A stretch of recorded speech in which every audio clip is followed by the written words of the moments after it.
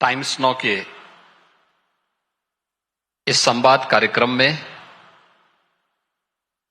मंच पर उपस्थित टाइम्स नेटवर्क की editor in chief Shrimati Navika Kumar ji,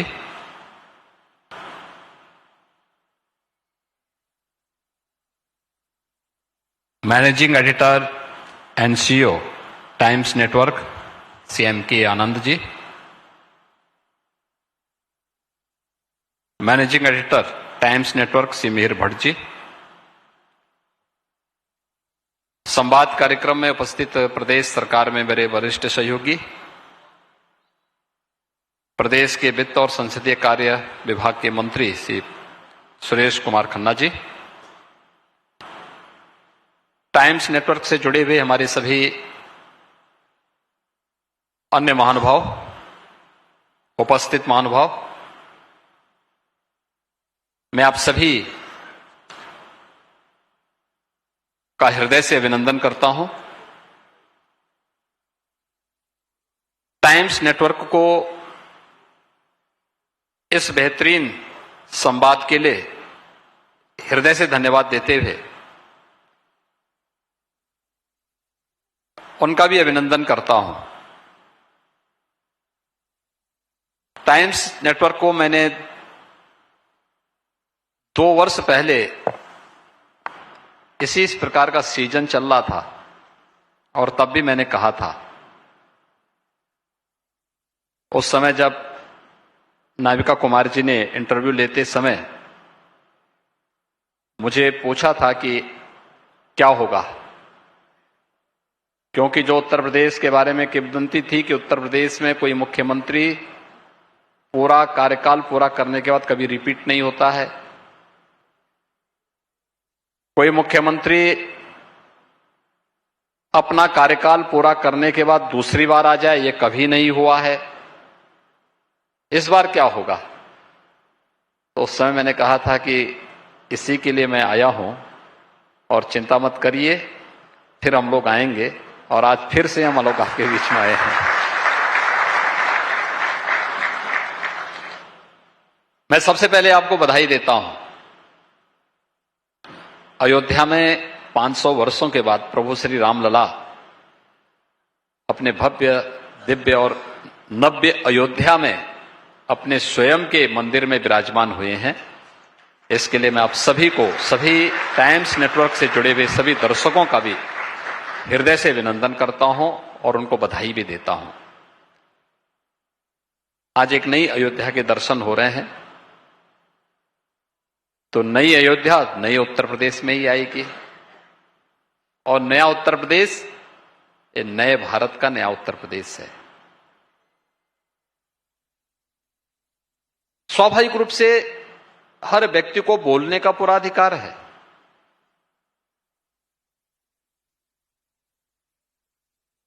public perception क्या है और रिजल्ट क्या है,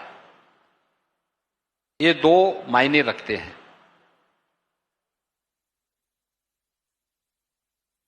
2017 के पहले का उत्तर प्रदेश, 2017 के बाद का उत्तर प्रदेश, 2014 के पहले का भारत, 2014 के बाद का भारत। और जब हम भारत की बात करते हैं तो हमें आज के संदर्भ में देखना चाहिए। 2014 से 2024 के बीच लगभग 10 वर्ष का एक कालखंड, आज जो नए मतदाता होंगे वे उस समय अपने बचपन की शुरुआत कर रहे थे। कोई 8 वर्ष का रहा होगा, कोई 9 वर्ष का रहा होगा, कोई 10 वर्ष का रहा होगा, कोई 11 वर्ष, कोई 12 वर्ष का। हो सकता है उनको उस समय की उतनी स्मृतियां उनके मनोमस्तिष्क में न हो, लेकिन जो उससे अधिक उम्र के हैं उन लोगों को उनकी जिम्मेदारी बनती है, वे बताएं उन नवोदित मतदाताओं को भी। 2014 के पहले भारत की स्थिति क्या थी? भारत के पासपोर्ट की कोई कीमत नहीं थी। वैश्विक मंच पर भारत की स्थिति क्या थी? हर कोई जानता है। भारत की सीमाओं की स्थिति क्या थी? ये किसी से छुपा हुआ नहीं है। आंतरिक सुरक्षा की स्थिति किस कदर बिगड़ी हुई थी, यह भी किसी से छुपा हुआ नहीं है। कश्मीर में एक लंबे समय तक 2005 से लेकर के 2013-14 तक हम लोगों ने वह दौर भी देखा था जब पत्थरबाजी होती थी, सुरक्षा बलों के जवान चोटिल होते थे, पर्यटन पूरी तरह नष्ट हो चुका था, जनजीवन त्रस्त था और सरकार किम कर्तव्य विमूढ़ की स्थिति में खड़ी रहती थी। हमने नॉर्थ ईस्ट की स्थिति को भी देखा है। पूरी तरीके से 2014 के पहले वह शेष भारत से कट सा गया था और देश के अंदर आंतरिक सुरक्षा में को दे रही चुनौती नक्सलवादी गतिविधियों के मत को भी हम लोगों ने देखा है। कौन नहीं जानता है? वह दौर था जब कॉमनवेल्थ गेम्स होते हैं तो गेम्स तो बाद में हुए होंगे, लेकिन भ्रष्टाचार की वो पहले आ गई थी और उस समय के मंत्री को जेल जाना पड़ा था। वह भी दौर देश ने देखा है। डिजिटल इंडिया की परिकल्पना को साकार करने की जो बात होनी चाहिए थी, कहां लेके गए थे? जो उसका सशक्त माध्यम था उसी में घोटाला हो गया था। हर एक क्षेत्र में, किसी भी क्षेत्र में आप जाके देखेंगे व्यापक भ्रष्टाचार और घोटालों का एक लंबा दौर चला था। इंफ्रास्ट्रक्चर के बारे में, डेवलपमेंट के बारे में कोई चर्चा नहीं करता था। गरीब कल्याणकारी योजनाओं के बारे में कोई चर्चा नहीं करता था। वो केवल वोट बैंक था।